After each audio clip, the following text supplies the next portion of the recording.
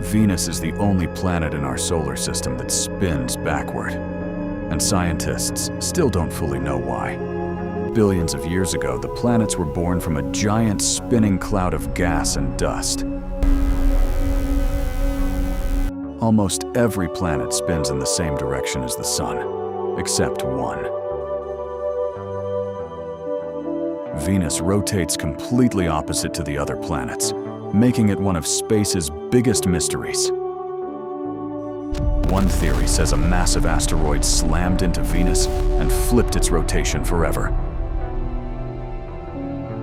Venus is covered by thick, toxic clouds that trap enormous amounts of heat. With temperatures hot enough to melt lead, Venus is even hotter than Mercury.